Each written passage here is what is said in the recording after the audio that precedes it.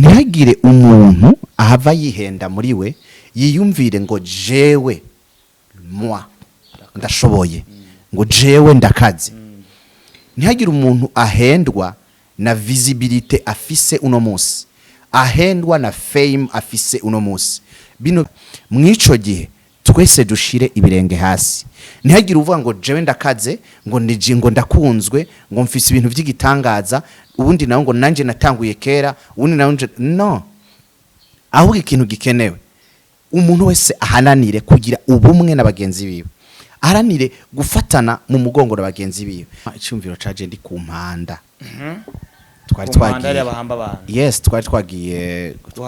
guhamba nyene wari yarangije urugendo. Hanyuma ndahari ndaba imvazi hari ukuntu zingana. Nawe uri muzima. Ndaba n'uwo muntu apfuye yari umuntu w'umunyecubahiro, yari umuntu afise ubutunzi. Ariko ndaba ndarindira mbona bamushize mu kinogo, bashize ko bijya vyuma, bashize ko amakaro, turangije turataha. Ndimvira ati eske wa muntu na cacubahiro na bwa butunzi na y'amafaranga atahiye kano ga parcelle kangana gutya.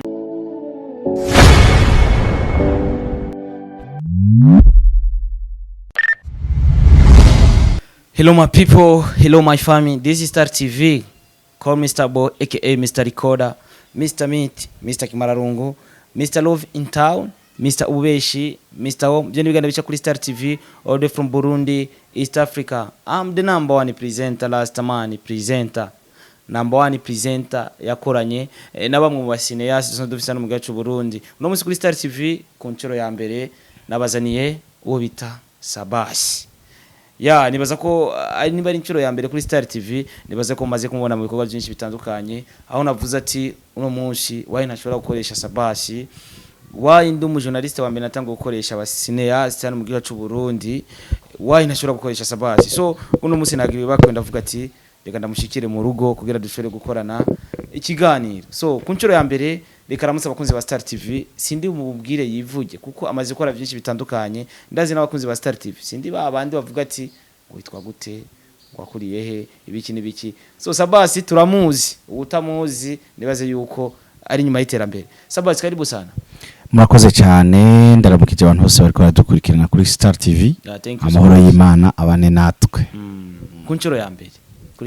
niryo rya mbere kabisa. Ariko nta mutima mw'urimo. Ngira bari baranyibagiye. Oya sishobora kwibagira. Hari gihe nyene umuntu acangana ikigwa, ariko nibaza ko Imana yabikoze cyane. Kandi kuri no munsi nibaza ko ari Imana yari yapanze cyane. Ukunda kuvuga ijambo ry'Imana cyane. Nibyo. Yes, ko biri kose ni SABBAS umukinyi wa filme. Reka mpamagare kwanza abakunzi ba Star TV bariko baradukurikirana muri no mwanya. Nimba utarabona ibikorwa bya SABBAS, nico gituma nakubwiye ati sinshobora kumubwira ngo witwa gute kandi tumuzi kandi amaze gukora ibikorwa bitandukanye kandi vyiza cyane. So nimba utarara ibikorwa bya SABBAS, simbira ku rubuga rwe rwa YouTube channel wandike SABBAS nkuru nziza, SABBAS Burundi. SABBAS Burundi. Uraye ibikorwa vyiwe, hama ikiganiro tuko turakora uraza kugaruka basi. Ucu David ugaruke ku kiganiro. Je na mvuga ati fasha warafashije. SABBAS Burundi wagiye waravye amagarutse ku kiganiro. Okay, turagiye ku kiganiro. SABBAS nkuru nziza twamumenye ku ndirimbo za gospel. Nibaza ko haciye nka 2 ans. Urubuga rwa YouTube rubaye. Oya. Zirarenga 2 ans. Zirarenga cyane. Kuko naravye kuko vya kera. Zirafatisha. Zirarenga ahubwo SABBAS yaratevye kuja kuri YouTube. Yaratevye kuja kuri YouTube, sinzi vyamubayeko. YouTube nibaza yuko irikira mara nka 4 ans gutyo, imyaka nk'ine, ariko aho natambwe kuririmba ni kera. Maze imyaka myinshi. Oya iyo irikira mara hafi 5 ariko kuririmba aho natambwe kera. Rero urumva nagiye kwifuka bwakeye. Ariko muri kiriya gihe nibaza ko YouTube itari bwatera imbere natwe. Niye bwatera imbere cyane, twagurisha indirimbo cyane ku ma CD, ku ma DVD. Rero urumva wasanga utihutira cyane YouTube. reka turabe duhere ku ntango wakoresha amasede byari byoroshye SABBAS kugurisha indirimbo zi wakoresheje CD byari bimeze gute yabikora mu buryo bumeze gute kugira abandanye kubaho bivanye ego turaririmba indirimbo zo guhimbaza Imana ariko turadushaka kakantu kadufasha kugira tubandanye kuzikora ico gihe byaratworohera cyane kurusha ubu ubu turakora indirimbo ugasanga ushira kuri YouTube ugasanga nyende nta kigenda ariko ubwa mbere nifatiye kwa karoro jewe nagize amahigwe indimo zanje zirakundwa cyane zarakunzwe ku buryo natumirwa mu bikorane byinshi kandi mu byo bikorane nashobora kugurisha amasede ku buryo ashobora kumperana abantu bakagira commande haraho nagenda CD zigahera bakagira commande y'izindi rero urumva yuko ico gihe novuga ngo byari mitende byaradufasha cyane kuruta n'ubu ariko kuri uno munsi urumva paraporo y'ubwa mbere uno munsi birakugora cyane paraporo y'ubwa mbere ubu nibaza yuko mu bisanzwe ibintu bigenda birahinduka kandi tuba dutegerejwe kwakira ibintu ko tubironse ubu nibaza yuko baririmbyi nka bose barabizi yuko kugurisha indirimbo kubu nuko byahora kera biratandukanye cyane ubu nibaza yuko biragoye cyane kuko indirimbo umuntu amaze kuyisanga kuri YouTube amaze kuyiraba biragoye kugira ngo asubire kuyipfuza bagure ngo CD benshi usanga nizo CD atazokoresha ari flash rero nibaza yuko ubu si kuri jewe nyene nibaza ko byoba byagabanutse nko kuri bose indirimbo z'Imana bakunda kuvuga ati ni indirimbo yikoze neza idahera kuri SABBAS nawe ni indirimbo akora zo guhimbaza Imana ntizihera nshatse kuvuga ko indirimbo z'Imana yisohoye iryoshe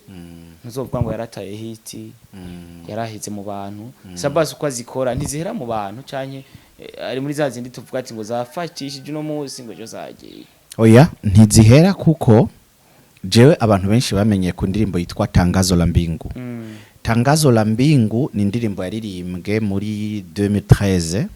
ariko ni indirimbo gushika n'ubu ahantu ngiye baba bipfuza gusubira kumva Tangazo la Mbingu ni indirimbo hamwe na za ntituri turafise imirimo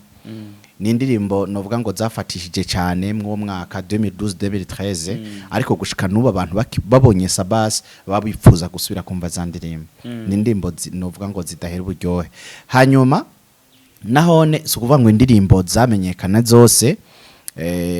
haragira izimenyekana cyane n'izindi zitamenyekana ariko igituma indirimbo z'ijambo ry'Imana zidahera nuko igihe cyose umuntu agize amahirwe yo kuyumva asanga ari rya jambo ry'Imana naryo ijambo ry'Imana ryo ntirihinduka murazi Bibiliya yanditswe haza imyaka myinshi cyane ariko gushika n'ubu turacayisoma ni ya Bible nyene nta bintu bihinduka biriko rero nizo ndirimbo ko ari ijambo ry'Imana amajambo aracyari yandi nyene ugize amahirwe agahura niyo ndirimbo kuri uwo mwanya imufasha nkuko yari kumufasha muri ya myaka iheze sigura yuko indirimbo kwanza yo guhimbaza Imana izohera ruko nyene isi nyene irimbo ko mwijuru tuzozihimbaza no mwijuru tuzoririmba gusa ntituramenya izo tuzoririmba izarizo yes ubwo biri kose katuvuga ati wait and see iyo dukoze ikintu tuba twifuza inyungu yacu turacari mu ndirimbo turaza kuja mu bindi bikorwa mu nyuma ni na SABBAS novuga yuko mu mwaka uheze watuzaniye Roza Muhando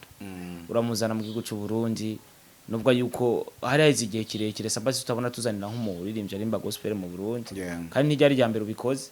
so wayikuzana Roza Muhando igihe wamuzana ico wari wifuza ko kiba ku barundi cyarabaye nko wacifuza cyangwa ko wateguye ibikorwa vyawe uko wateguye plan zawe mbwe Roza Muhando yaraje zarabaye ni nyuma yiwe narabonye n'igikorwa mwakoranye indirimbo novuga yuko iri ku rubuga rwa YouTube channel yawe bimeze gute uko wari wabipanze project zawe ko zari zimeze niko zagenze ku barundi katuvuge ku barundi kubera ko tuba dushaka inyungu ku gihugu cyacu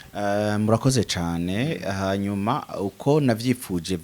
byabaye ibirenze uko navyifuza ni mu mwaka w'2021 aho natanguje canke nagize umutwaro w'abandi baririmbyi tusha dukora igikorwa citwa itara ry'umuririmbyi mu Burundi itara ry'umuririmbyi mu Burundi tugitangura muri 2021 mu kwezi kwa gatanu hanyuma tugikora muri jewe numva kubera iki SABBAS yoguma yikuza wenyene kubera iki SABBAS yoguma yikorana kandi tubona yuko indirimbo canke umuziki wa hano mu Burundi wa gospel tubona yuko umenga ufise inzitizi nyinshi ama obstacle menshi ibintu byinshi bituma tutagera kure ibintu byinshi bituma tutamenyekana mu bindi bihugu mu gihe ibindi bihugu bimenyekana hani wacu indirimbo z'abantu ugasanga ntizishobora kuririmbwa mu bindi bihugu kandi twebwe dukoresha cyane indirimbo z'abandi bantu rero ndavuga ati icyo gikorwa sicajewe jenyene ni gikorwa nifuza yuko dushigikirana tugafashanya n'abandi baririmbyi basanzwe baririmba gospel dutangura gikorwa cyitwa itara ry'umuririmbyi rero muri uno mwaka nyene 2022 aho twatumira Rose Muhando no kuvuga ngo twatugize edition ya kabiri y'itara ry'umuririmbyi objectif zacu kwari gusengera hamwe nk'abaririmbyi kwari kwigira hamwe ibibazo bihanze abaririmbyi kwari no gusengera ikanguro mu ndirimbo mpimbazamana nivyo vyabaye kuko jewe ico nizera isengesho ntiribora kandi isengesho rigira impact ku mwanya birashoboka iyo usenze uno munsi inyungu ntucuyibona uno munsi ariko inyungu iba yatanguye ukirisenga no kuvuga ngo ivyo wubatse mu buryo bw'impwemu biba byatanguye kubakika uwo mwanya birashoboka ntibice biboneka ako kanya bikazobonekejo rero ubu turiko turabibona yuko vyagize inyungu idasanzwe kandi n'icyo gikorwa turashaka ibandanya Rose Muhando yaraje mu itara ry'umuririmbyi kandi n'ubu no mu yandi ma edition ashobora kuza canke akaza n'abandi kuko twimvira ko kino gikorwa gitegerezwa guma gikorwa kitaraba SABBAS wenyene ahubwo ari gikorwa novuga ngo cha unite ubumwe bw'abaririmbyi ba gospel ico gihe nari ku kibuga c'indege ariko haramwe mu majambo numvise no gira nkuko bagije narumvise abantu bavuga ati burya SABBAS ntahazanye Rose Muhando hari abo batabihurije ko hari abadashobora kuza murazi ibintu vy'amadini hari abantu bavuga ngo twebwe ntituja hariya anye ayo makuru baragushikiriye ayo makuru hari abantu bapinga icyashu atazanye Rose Muhando ntituja mu bintu vyiwe amakuru mwe nayo mu bintu canke mu gikorwa c'Imana ntiyigerabura kandi ivyo ntibishobora kunca intege canke ngo bimbuze kubandanya kuko umwana w'umuntu yaremewe kuvuga ikindi naco uko kuntu Imana yaturemye dutandukanye niko nivyo dushaka biba bitandukanye n'ivyumviro vyacu biba bitandukanye rero igihe umuntu agize indoto iki gifashe umuntu wari wese ari karakurikirana Star TV iyo umuntu afise indoto canke yagize indoto iyo ndoto abayigize wenyene nuwo baryamanye ashobora kutamenya ivyo ari kurarota bukeye rero ushobora kumubwira ngo narose bakakubwira ati wabiroteye hehe ko je twari turyamanye nanje atavyo nabonye ivyo we wabibonye gute nico kimwe iyo ushaka gukora ikintu nturabe abandi raba wowe nyene urabe objectif yawe ukurikirana indoto yawe ukurikirana objectif yawe hanyuma abapinga ntibazokwigera babura ni abakristo yaraje akaza tuzanye agakiza akabamupinga abamupinga bakaba barabonetse akabagaurira imikate agakiza abagwayi babo hanyuma heze iminsi ngo ni mu mubambe ni mu mushire ku musaraba ati ni murekure igisuma baraba uwo Kristo naho yakoze ivyo ni mu mubambe SABBAS ninde kugira ngo abura abantu bamupinga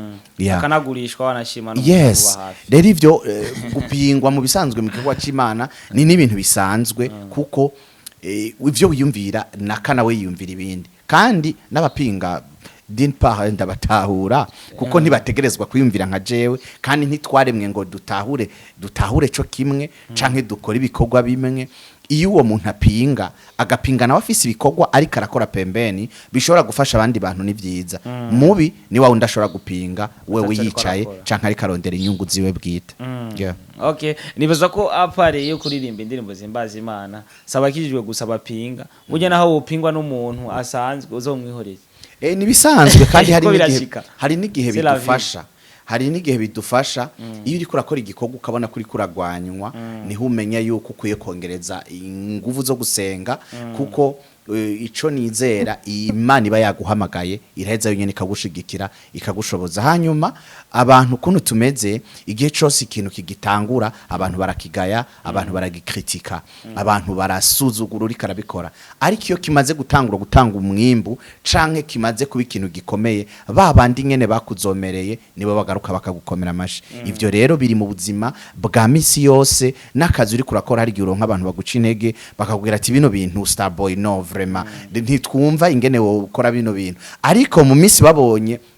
umaze gushika hejuru basigara batangura kugwamagara none Starboy none wo dufasha ukaduha ikiganiro ugasanga ni babandi nyene bari kwa umengo ntacu uzovamwe rero ivyo ni ubuzima busanzwe dukwiye kumva ko ariko abantu bameze dukwiye kubitahura ariko kandi nabone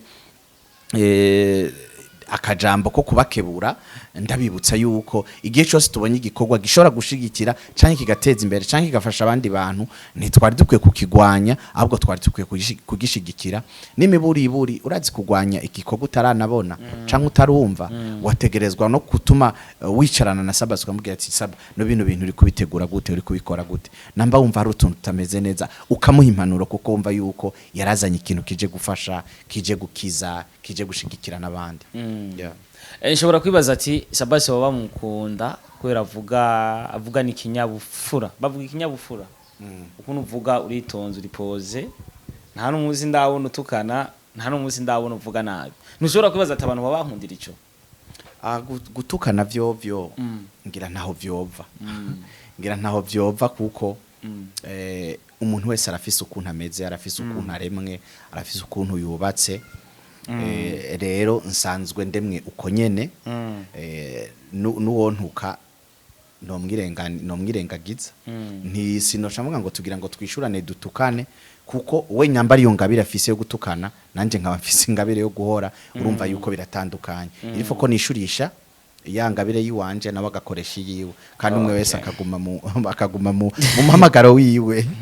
akaguma mu muhamagaro wiwe hanyuma ivyo kuvuga ngo abantu baba bankundira ivyo ntavyo nomenya ndabivuze kwera ko genda gukurikirana cyane kurikirana ibintu by'iwawe kenshi so uri umuntu uri pose reka ndabivuga ko ndabizi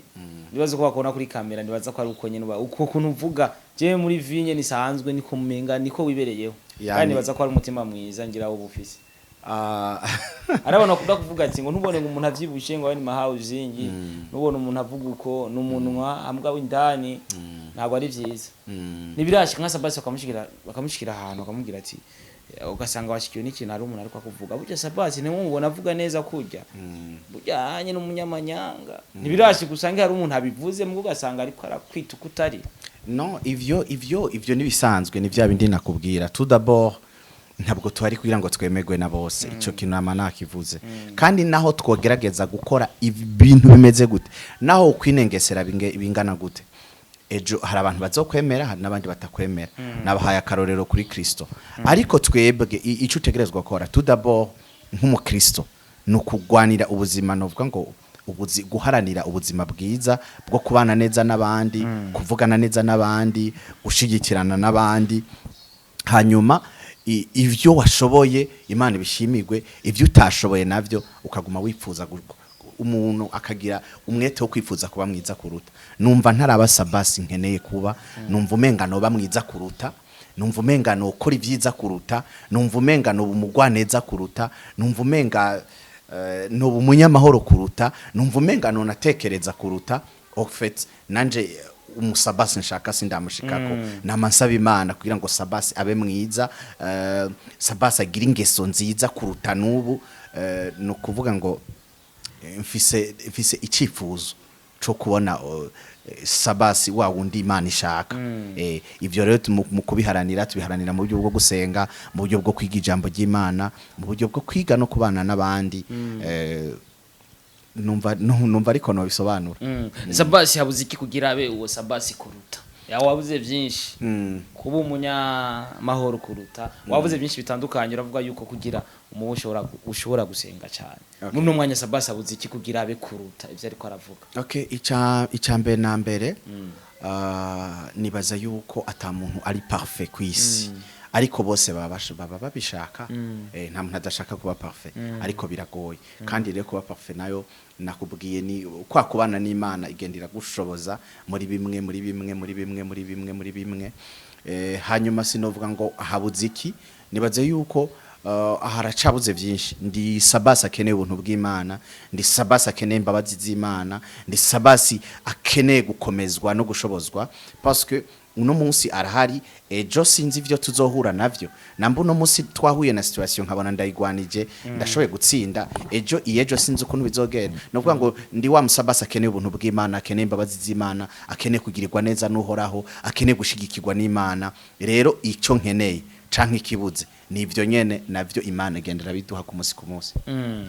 Okay, turava muri gospel inyuma yo gukora gospel SABBAS taramubonye muri filme novuga yuko yaje gushigikira abantu basanzwe bakina filme iyo uririmba gospel nibaza ko ukoresha rya jwi ryawe kugira ijya ndirimbo igera ahantu ijya message watanze mu ndirimbo igera ahantu SABBAS avuze ati ubutumwa ntanga mu ndirimbo nta kuntu bujana no muri filme filme uburatangwe gukina novuga yuko filme nayo yarakudugije ku rugero novuga yuko ntoshobora kuvuga hano kuno musi ufise filme iri kwiracako ubuzima filme ubuzima ugitangura kuyandika byaguhereye he byatanguye gute wari twumve ukuntu yarose creation mu mutwe kuko ikintu cyose dukora yaba indirimbo kugira tuyandike ni ibintu tuba tuko turabona ni ibintu biba bidushikiye ni ibintu tuba tubona umenga hari cyo byoza gufasha mu bantu film ubuzima ni film imeze neza ni film ifise n'ama views menshi cyane SABBAS kwandika film ubuzima byamuhereye byatanguye gute kugira yumvire film ubuzima mbega film ubuzima ahigeze yarazi ko izohagera yarazi ko ubutumwa yatanze muri iyo film canke yanditse muri ico game atari bwayisohore ko buzogeraho bugeze no munsi bimeze gute. Okay, ubwa mbere na mbere film ubuzima icyumviro caje ndi ku mpanda twari twagiye yes twari twagiye guhamba nyene wari yarangije urugendo hanyuma ndahari ndaba imvazi hari ukuntu zingana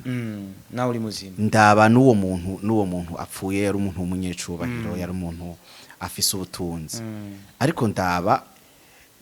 ndarindira mbona bamushize mu kinogo bashize ko bijya vyuma bashize ko amakaro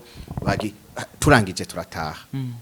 ndimvira ati eske wa muntu na cacubahiro na bwa butunzi na y'amafaranga atahiye kano ga parcelle kangana gutya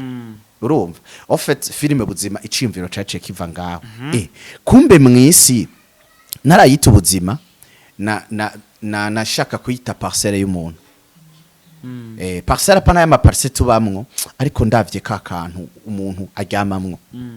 urabona imva kuntu ingana nsanga niko umuntu n'imiburiburi afise baba abafise byinshi baba afise bike umva ivyo ni vy'abandi rondera uri kuronderera abandi rondera uri kurondera abandi akiwawe nivyo uragafise gatoyi agaparse sinzi ngo ari metero zingahe ariko ngira umwe wese arabona imva baragerageza aho uryama ugakwigwa aho uryama ugakwigwa niho hiwawe baje no kwimba hanigihe bageza hajya nyene kumpera baragerageza bakagupima babanza kubaza ati areha gute uro no gukora isanzwe barabaza ati areha gute n'umwana canke n'umuntu akuze bakorera kuri mezire ziwabo rero zijya izo mezire uko kuntu ngana uko kuntu reha naga parcelle office kangana gutyo rero nca ndimvira none niya twaba umuntu wese afise aga parcelle kangana gutyo tujyanira iki dupfiki nigiki gituma abantu barogana nigiki gituma abantu bicana nigiki gituma abantu bapfa ivyubahiro kandi ivyo vyubahiro nasanze nta numwe akimanukana kuko uryama muri kakandi nyene ubora nka babandi nigiki gituma abantu ushobora kurenganya umuntu kugira ngo ushobore kugira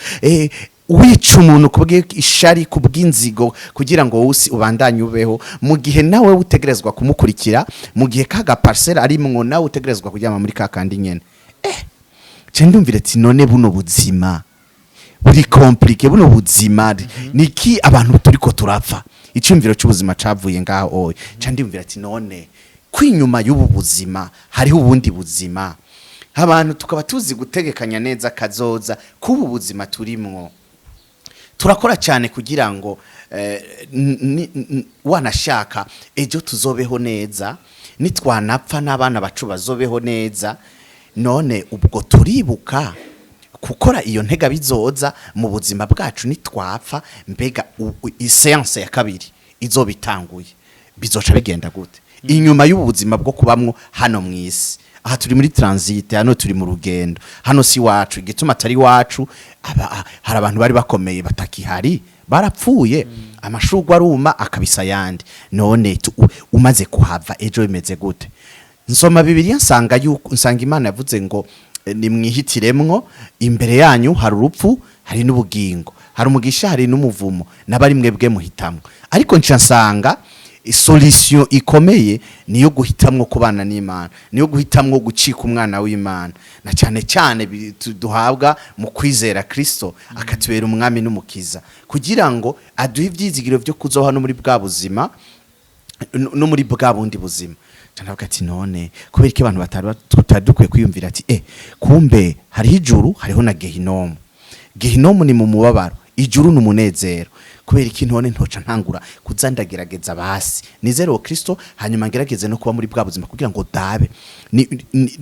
nitwararika ubuzima bwa hano ariko ndiko nditwarekana ubuzima bwo nshobora kubamwo inyuma yuko nzoba ntakiri hano mwisi rero iciyumviro c'ubuzima cavuyeho hanyuma ku kibazo ca kabiri ingene yakiriwe jewe si kubera novuga ngo nari maze guparticipa mu filme y'abandi rero siniyatanda yuko filme buzima shobora kwakirwa ku rwego nk'ugo yakiriweko kuko nkitangura kuyipostinga nabonye nkwije dika mu masaha 28 numva umengo ni gitangaza kandi cyari gitangaza umuntu atanguye ryari rya mbere mvuze ngo ndakoze filme ku titre personnel mu nyuma nkabona yakiriwe gutyo byaranishimishije cyane icanshimishije cyane gose intahe nagenda ronka abantu bagiye bararemeshwa kuko urumva ni film ubuzima n'ubuzima nyene ubuzima abantu tubayemwo ivyo abantu tubayemwo ama situation tugenda turacamwo rero ncasanga ni benshi yagira akora kuko ari byo ubuzima nyene dusanzwe tubayemwo okay ko biri kose ibyo tuzana tutifuza ko byigisha abantu batandukanye film ubuzima ari abantu maze kwigisha nimbe maze kukwigisha uri umukunzi wa Star TV andika muri commentaire basi SABBAS araza gusoma commentaire yumve yuko ya film nawe yagushikiye aho uri hose so uko biri kose ni filme ugerageje kumva ukuntu wagiye urayandika uri umuntu wandika cyane wibaza ku ijambo ry'Imana cyane ndibaza ku ijambo ry'Imana cyane twatangwa ari SABBAS gospel films mu nyuma ubu sinzi ko babonye navye ntora inyishu y'ikibazo kimwe cyari kihari abantu bambwira ati SABBAS watwawe na filme indirimbo nazo baduhevye nca ndabona yuko filme dupostinga yes urumva ugasanga filme postinga kenshi indirimbo postinga gake ugiye kuri channel ukaca usanga yuzuye ko filme gusa indirimbo bahisika no kuzibura nca nkaya iyindi yitwa GN films ariyo good news films abariyo rero ubu iziraja ko ano mafilme ubuzima ibandanyiriza kuri GN films ushobora kwandika ubuzima umengani guhera kuri episode ya 15 ego guhera kuri 15 zose ziri kuri GN films ariko ndashima Imana nta kinini cagabanutse babandi bagumye bakurikirana n'ubundi barayiraba ego yes barayiraba kuri GN kugira ngo bikunde nkene kuri indirimbo ndayirekure nkene kurekura filme none ndakure atakibazo na kimwe kihabaye ego uno munsi film ubuzima irimo abakinyi batandukanye twarabonyemwo Fanny Lavine twarabonyemwo Estime twarabonyemwo nabandi benshi batandukanye ba Mimi ba ABEL ba Namede ba Grace oya Amede nta urimo Amede ntarakina muzi rashe byari byoroshe kubatora ku ncuro ya mbere ugitangura gusora filme ko wari muri gospel bisigura yuko ni wari hagufi yabo cyane mugo maze kuja muri filme bisigura yuko mamo baye inshuti byari byoroshe kubaronka Fanny Lavine yarafise filme umufakazi ariko ashira hagaragara bagaga nabone bari bafise aho bariko barakina byari byoroshe kubaronka ba Mimi byaranyoroheye kuko nari maze gukina muri filme za ABEL wayo nari maze gukina muri Paradiso nari maze gukina muri My Family nari maze gukina mu mafilme ya Kamikazi urugo musi y'ijuru nari maze gukina no mu mupfakazi ya Fanny Lavine urumva bose twadusanzwe turi nk'abagenzi bisigura byarakoroye kwera ko nawe hari cyo ego naje nari nsanzwe narabafashije nabo kumfasha urumva yuko byari byumvikana uno munsi tuvuze muri filme novuga yuko irimo virus twifuza yuko yovamo kubera ko mu gihe tumaze kuronka abantu bakina film ari benshi virus ni yavamwe tuzotera imbere kandi cyane so nibaza ko hariho virus kandi nawe urayizi mvuze ngo abahanyi ngo ntibumvikana nabariya kuko turabizi habuze iki kugira habe ugufatana mu nda hagati y'iwacu atavyo kuvuga ngo bariya ngo nakagwi kabariya bariya nakabariya niyo message wotanga ndagusabye utange message kwera uko ndakubona nuko ndakumva uri umuntu w'umugabo kandi uri umuntu afise ijambo kandi uri umuntu ubonera ibintu kure niyo message wotanga kuri abo bantu na cyane mu rwego rwa filme tuvuge muri music hari reka tubireke tuje muri filme ariko muri filme hari ikintu kitagenda neza habuze iki n'icyahe twokora cyangwa twebwe abanyamakuru n'icyahe twokora kugira tugira ico dusahirije bwa bukundi bafatane mu ndahama tubone filme nziza hose biryohe ejo tubone ABEL ko arakina na FANNY tubone FANNY ariko akina na Mimi tubone ego uravuze ko ace kwa ABEL kwa FANNY kwande si bose bohacaho hose bivanye n'icuka tari ciza kihari habuze iki okay ubwa mbere na mbere nagira mvuge kino kintu nama navuze mbwira abakinyi tugiye ubumwe mu budasa ubumwe mu budasa unité dans la diversité hamwe n'ubutandukane bwacu ntikituze kugira ubumwe kuko nico turiko turakora n'igikorwa kimwe hanyuma umurundi yavuze ngo ubugirigiri bugira babiri hari akantu nigeze gusoma iyo ushaka kugera kure kunyaruka ugenda uri umwe ariko iyo ushaka kugera kure ukagera no kubikomeye ujana n'abandi ntihagire umuntu ahava yihenda muri we yiyumvire ngo jewe ndashoboye ngo jewe ndakaze ntihagire umuntu ahendwa na visibility afise uno munsi ahendwa na fame afise uno munsi bino mwico gihe twese dushire ibirenge hasi ntihagire uvuga ngo jewe ndakaze ngo ndiji ngo ndakunzwe ngo mfise ibintu by'igitangaza ubundi nawe ngo nanje natanguye kera ubundi nawe no ahubwo ikintu gikenewe umuntu wese ahananire kugira ubumwe n'abagenzi biwe aharanire gufatana mu mugongo n'abagenzi biwe aharanire gushigikirana n'abagenzi biwe kuko twese hamwe birashoboka ni wagenda wenyene ndakubwije ukuri uno musushura ko numengo meze neza umengana ukunyereza ariko ejo ushobora gushika ku musozi uduga bigasaba kukena mugenzi wawe gufata ukuboko kugira ngo agukwege ni waba wagiye wenyene ushobora gushika mu nzira inyerera ugasanga arukwe kwishigikiza cyangwa kwifadikiza mugenzi wawe ugasanga wa muntu waramutaye wa muntu wabonye umengo nta kintu amaze bizokugora bica bitugora rero ndasaba kugira ngo abakinyi b'amareresi tugiranire ubumwe tugiranire urukundo tugiranire gushigikirana ntiyagire umuntu akora nka nsumirinda akora nk'ushaka kuzuza inda yiwe ahubwo dushire inguvu hamwe twese hamwe tuvuge ngo tugira tugwanire ireresi mu Burundi tubone ishobora kuva ku rwego rumwe igere ahandi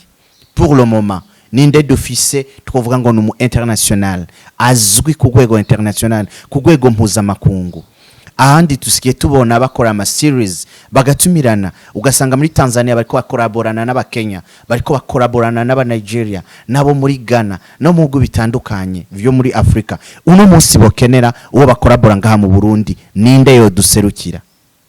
mu kugira ngo abo bantu tubaronke ni twebwe dutegerezwa kubakora ni twebwe dutegerezwa kuba producer mu kugira ngo abo bantu baboneke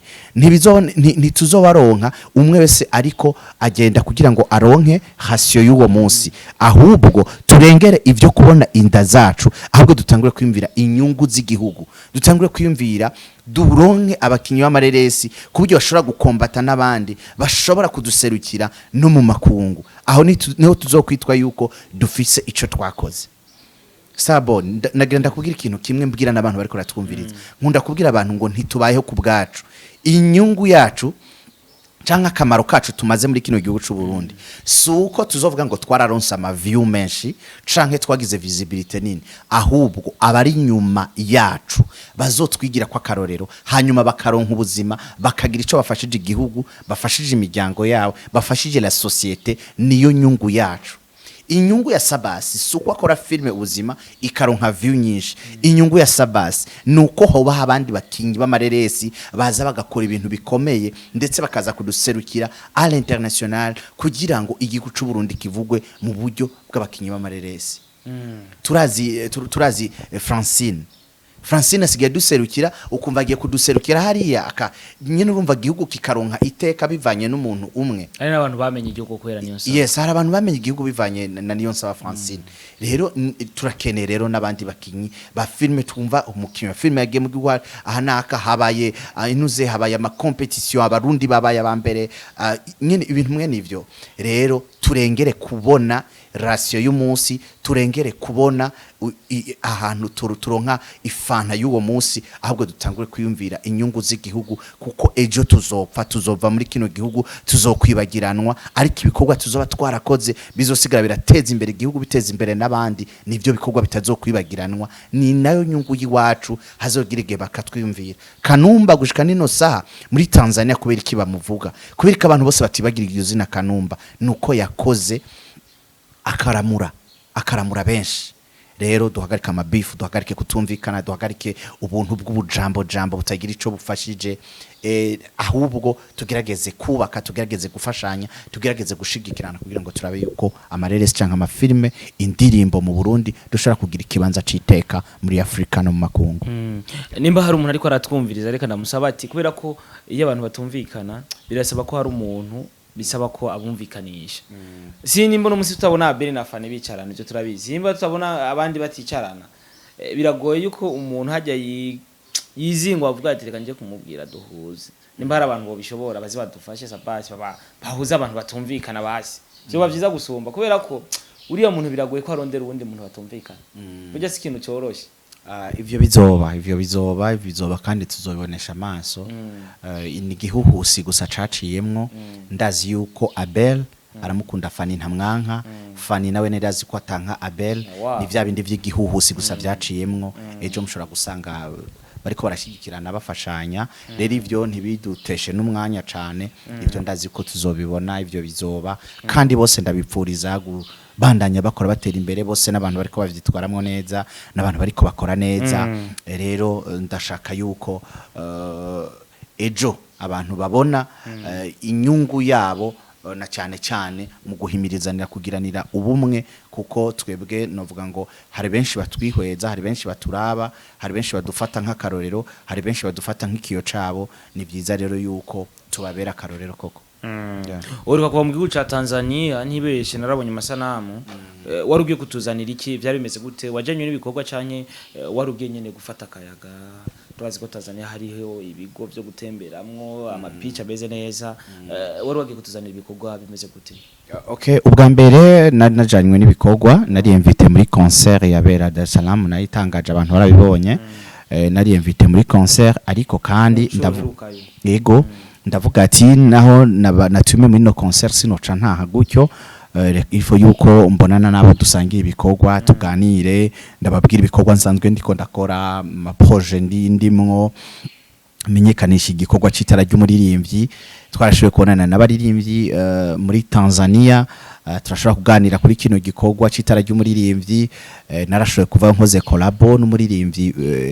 bientôt muzomumenya umuririmbyi twakoranye collabo muri Tanzania navuye twaje gukora narashoboye kubonana n'abakinyi b'amafilme twarabonanye n'uwitwa Freddy twarabonanye na Mama Kanumba twari dufite no programme n'uwitwa Shamsa Ford n'uwitwa Duma actor bamwe ntivyakunze ko tubonana ariko message yari yanjanye n'ubundi yarashitse rero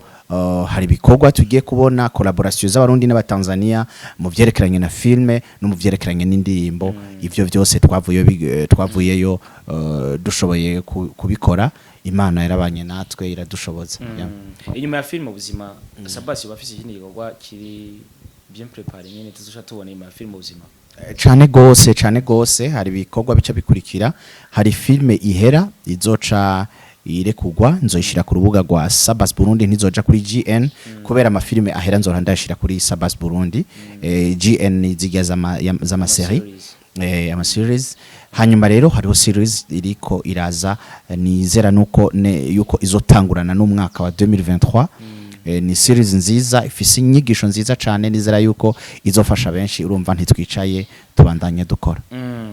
mu gusozera SABBAS nimwe mu baririmbyi novuga yuko bambara impuzu zisangije zitasa n'izabandi pe kandi zikubera vyatanje byakujemo uko nyene cyane nawe hari ahantu wakubise ku dekete para vuga ati ndashobora kwitandukanya n'abandi bantu impuzu vraiment zisoneye ni impuzu zikubera impuzu nziza cyane uwesketi ya trouver kugira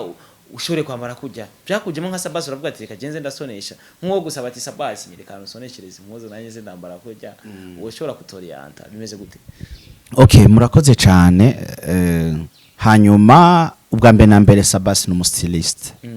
ndi styliste et créateur de mode nico gikorwa nkora niko kazi ka misi yose a part yo gukina film a part y'uburirimbyi nsanzwe mfise akazi nkora rero je suis styliste et créateur de mode no kuvuga ngo ndi simvuge CEO ariko ni nkavyo wa SABBAS Style Company hanyuma nambikwa na SABBAS Style Company iyo SABBAS Style Company irahari yambika n'abantu benshi nawe nyine vy'amadoti yes dufise maison igira location y'impuzu twambika abaririmbyi batandukanye mu clip kandi ntuce wimvira ngo twambika abaririmbyi ba gospel gusa oya ni boss umuntu wari we wese aje atwitura abaririmbyi bari n'indirimbo zisanzwe wasani turabahaye ikaze muri SABBAS Style dukora ibintu vyiza cyane ngira ngo muramaze kubibona ku baririmbyi batandukanye tumaze gukorana nabo yuko indirimbo zabo ziba zimeze neza zifite amashusho meza bambaye neza baberewe creativity nziza cyane rero urumva kwambara aho biva nuko nsanzwe nanje ari byo nkora urumva rero kandi sino bikora ngo nambika abandi nanje niyibagire rero urumva ni SABBAS Style abantu barashobora kurikirana bakaraba amafoto turambika mu manza zitandukanye mu event matandukanye ama photoshoot kugira ngo wambare uberegwe simpaka ngo urindire urubanza urashaka kufise ushaka photoshoot niki kizotubwira yuko urumurundi cyangwa urumurundi kazi ejo ni waragiye mu mahanga nuze muri SABBAS Style tukwereka ingene ushobora kwambara ukifotoza wambaye impuzu muri SABBAS Style impuzu za made in Burundi waba uri mu mahanga waba uri foto za gusa nzozi hama postinge kuri page mvuga ati nagiye kwa SABBAS nambaye kujya nyine kwanda zikunda